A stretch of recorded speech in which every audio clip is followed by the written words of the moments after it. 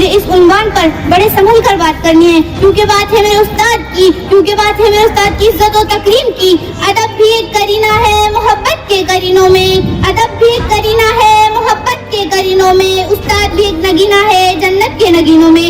جناب علی وقار، طالب علم اور اساتذہ کا رشتہ تمام رشتوں میں مقدس اور پاکیزہ ہوتا ہے۔ استاد وہ ہے جو گناہ کو یقین میں بدل دیتا ہے، استاد بنجر زمین کو کھلیان بنا دیتا ہے، استاد چشم بصارت کو نگاہ بصارت عطا کرتا ہے، استاد وہ ہے جو ظلمت کے شعبوں میں سورج نکالتا ہے۔ جناب علی وقار، استاد وہ ہستی ہے جو ہاتھ میں جمہوریہ شمس و قمر سے مخاطب ہوتا ہے۔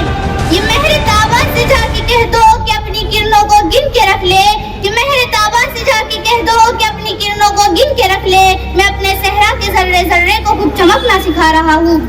جناب علی وقار، امام غزالی رحمۃ اللہ علیہ فرماتے ہیں کہ میرے حقیقی والدین نے مجھے آسمان سے زمین پر پہنچا دیا، لیکن میرے روحانی والدین یعنی میرے اساتذہ نے مجھے زمین سے اٹھا کر آسمان کی بلندیوں پر پہنچا دیا۔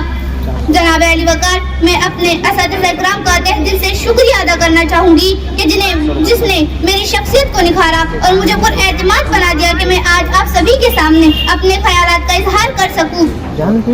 میں آخر میں صرف اتنا کہنا چاہوں گی کہ جس طرح سورج کو دمک، چاند کو چمک اور پھولوں کو مہکنے کی ضرورت ہوتی ہے، اس طرح معاشرے کو استاد کی ضرورت ہوتی ہے۔ میں اس شعر کے ساتھ اپنی تقریر ختم کرتی ہوں۔ پیشوا روا ہے پیشوا تو ہے امام، پیشوا روا ہے پیشوا تو ہے امام، تیری